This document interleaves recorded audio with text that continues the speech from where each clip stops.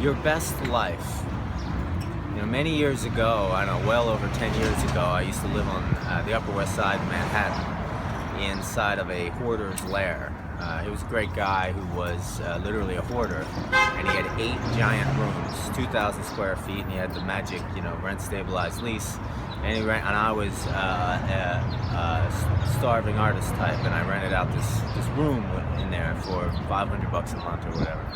And I was living in there, and I was growing and evolving and doing a lot of cool acting stuff.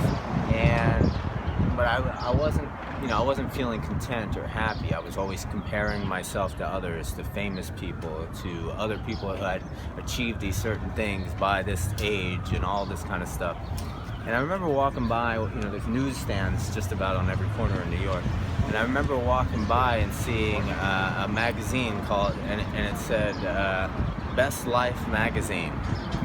I didn't pick the magazine up. I don't care about magazines, but it stuck in my mind. Best life. And then I started thinking, am I living my best life? And then I knew that I wasn't, because I was discontent all the time, and it really triggered something in me, to change my diet, to wonder what my health could be like. Am I living in the best body? Am I living the most radiant health I could live? Am I hanging around with the most ingenious people I can be around to provoke great thoughts in myself? Or am I surrounding myself with women that make my life better? Am I following pursuits and passions in my life that are creating the best John Keegan? And that was what the process I began to undergo, and then ultimately that led to me becoming a guy who helps other people connect.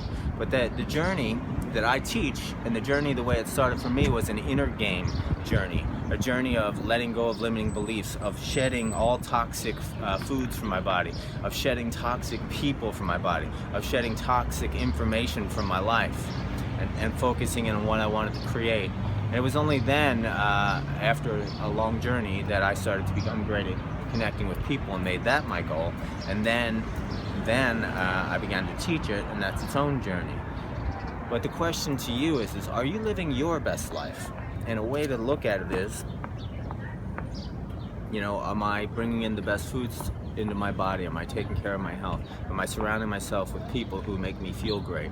Am I bringing in ideas that make me feel amazing, that are illuminating me, that are making me feel enthused about life?